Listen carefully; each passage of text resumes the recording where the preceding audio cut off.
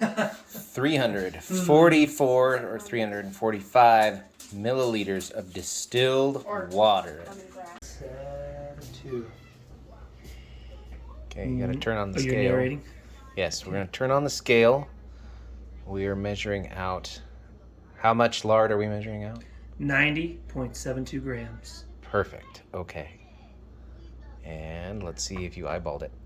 Oh, a little too much. 99. Okay. Let's see. What's this? I want the challenge. So take off 9 grams. How to remove 9 grams. I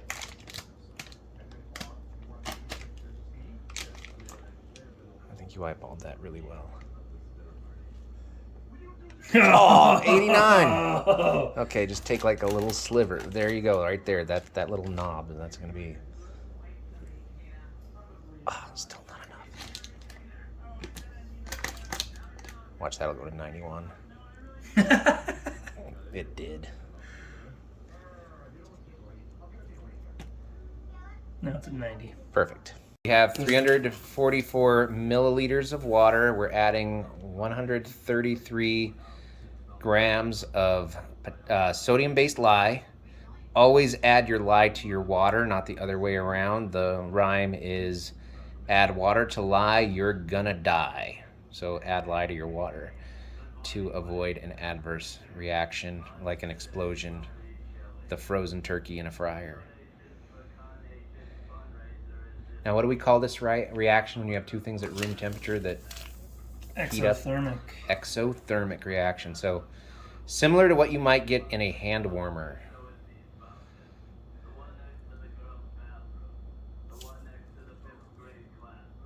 You need a stir bar.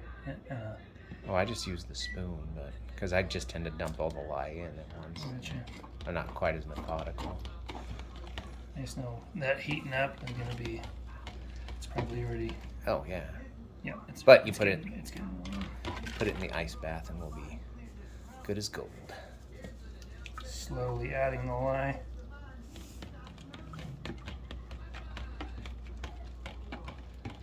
Okay, this is where you want to make sure that your place is very well ventilated, because the fumes are harmful and they also don't feel good or smell good. If you're doing this with a kid, do this step yourself.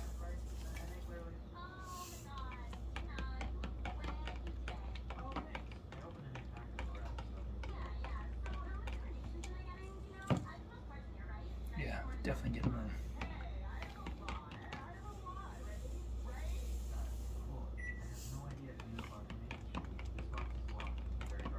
Now we're going to take the lye solution, we're going to put it in an ice bath. This is not a necessary step, it just helps the solution cool down further, because right now when we use our little laser thermometer, it is, oh, that's Celsius, better change that.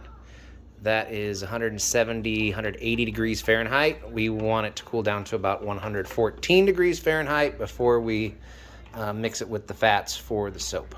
Okay, so in this container are is the 90 grams or the 91 grams? It's close. Somewhere in that neighborhood of lard, which we melted in the microwave, so it's in there. Now we're going to be adding olive oil or avocado oil. 181.44 grams. 181.44 grams.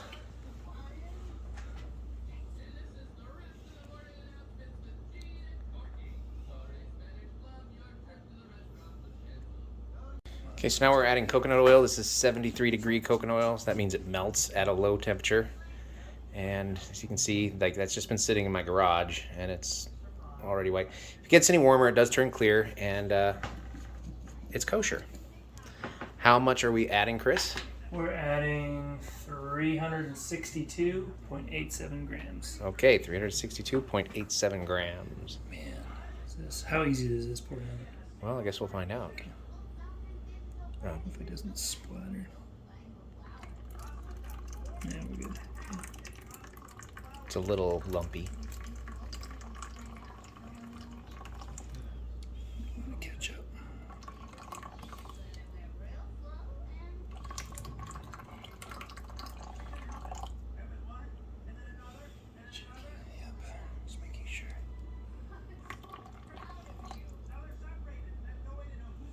We might want to heat it up a little bit once we get it all together. 362 button. Nice. 272.16 grams Okay. of olive oil. So we're adding olive oil. We use the light olive oil. We're not using extra virgin. We don't want those extra aromas in the oil. This is a much more neutral, light olive oil. If you can get olive pomace oil at like a Middle Eastern market, that actually works really well and it's cheaper. But the Costco stuff's pretty cheap too. Okay, looks like you're gonna finish some of that and add more of the next.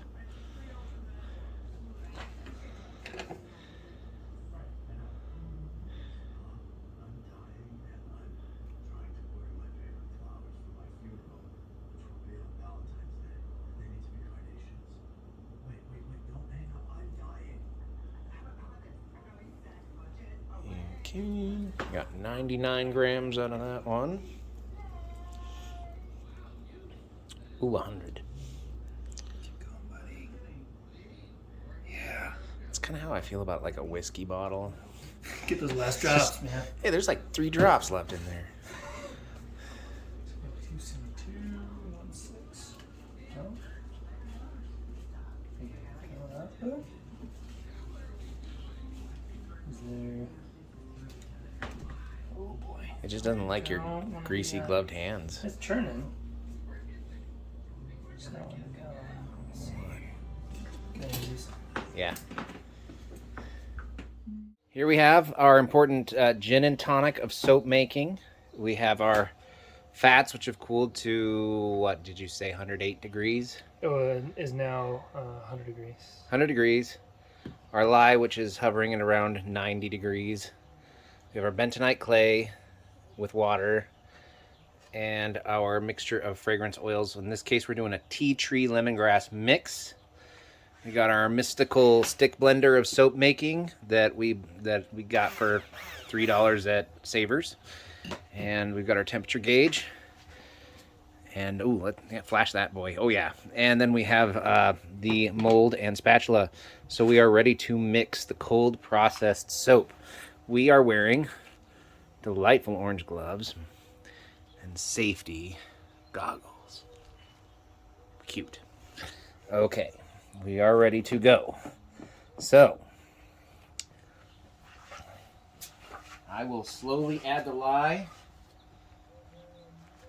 Mr. Chris will put the stick blender into the oil solution and start buzzing.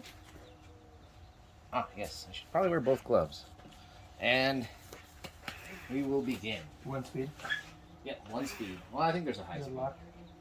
I don't know. I just hold the button down. All right. This reaction's going to start, it's going to go really quickly. It's going to start becoming soap right away. Ready? Mm-hmm.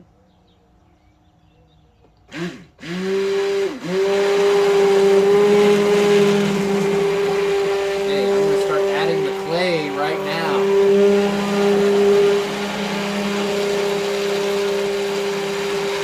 Right now.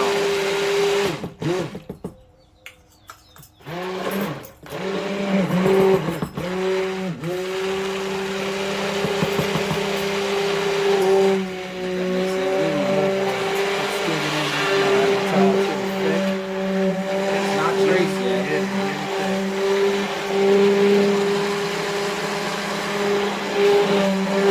Now we're going to add the fragrance oils. Oh yeah. Oh boy, it's going to be...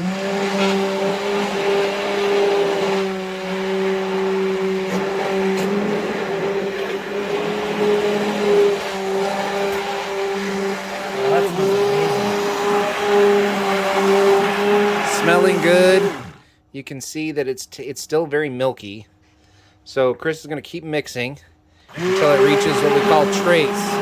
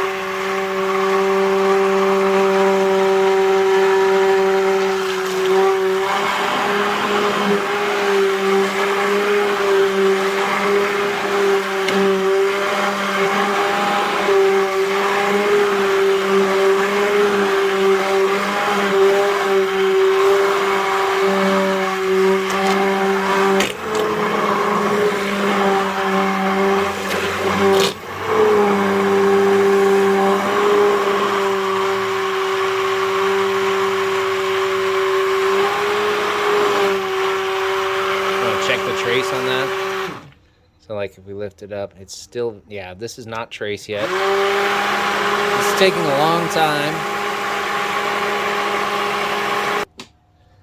Well, it never quite got to trace, and we mixed it for quite a while, but from my experience, it doesn't always have to get to trace to get there. So now we're going to pour it in the mold. This is a silicone mold. If you can find a silicone loaf pan at the thrift store, that works almost just as well. Or you can take a loaf pan, a narrow loaf pan, and line it with the parchment paper if you don't want to spend the money. But this loaf pan, or this loaf mold, was like $12 at Amazon. So, and it came with a cutter. So there we go. Okay. And then the next thing what we're going to do is Chris is going to place the mold onto the beach towel.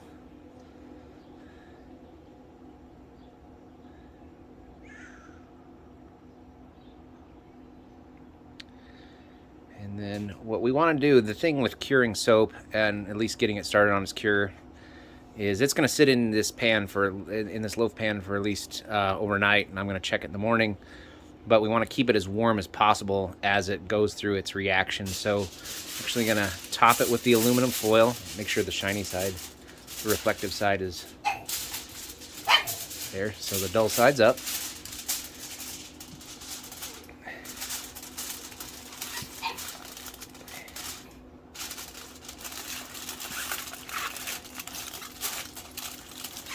Ooh, nice crimp job, man. You will not find crimping like this on any other YouTube channel.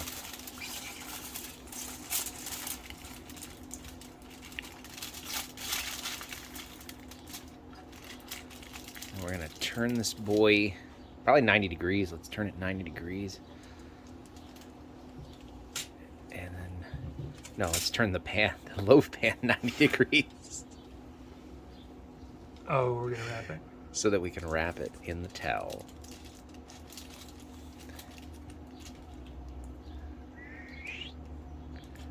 There we go,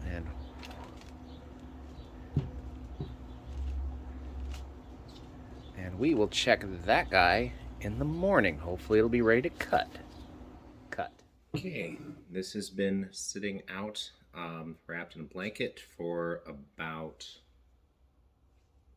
13 hours now. It is pretty hard, and we're gonna take it out of its mold.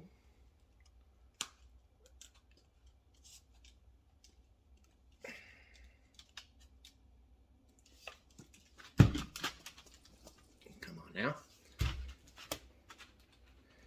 Of course, since I'm recording this, it wants to be stubborn. There we go. And just use the silicone mold. Like I said, if you use a silicone loaf pan that you find at the thrift store, awesome. Okay, and that's dishwasher safe. Now you can see it just looks like a decrowed loaf of Velveeta cheese. It's a little slippery, and I probably should be wearing gloves, but I'm not. Fresh soap needs to cure for about 40 days before you can use it. Otherwise, it will be kind of harsh on your skin. Even though the initial chemical reaction that made the soap is completed, this reaction is going to keep going for quite a while. So anyways, now from here, I could just eyeball this with a kitchen knife. But on Amazon, I got one of these little loaf cutters, and it came with a zigzag cutter, which is what I'm going to use today. Give a little texture.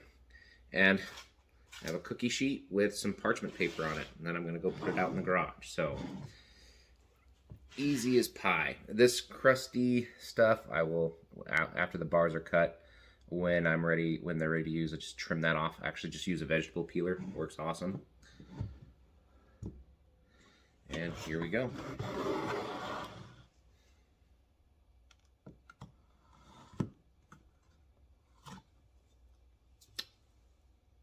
See the texture? There you go. These are kind of thick, but I can adjust them down a little bit with adjuster.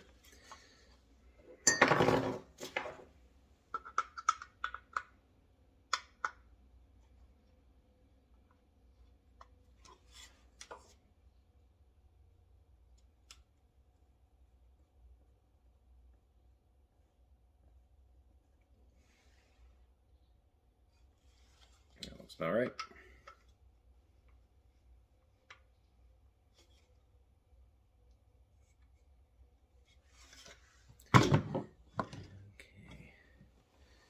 And let's give that another go.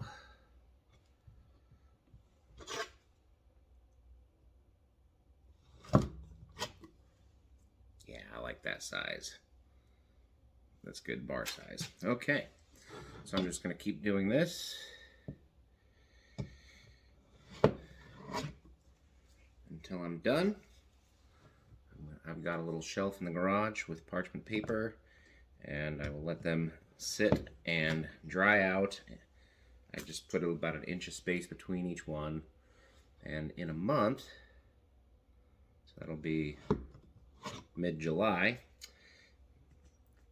these will be ready to go and to make you clean and smell good. Have a great day.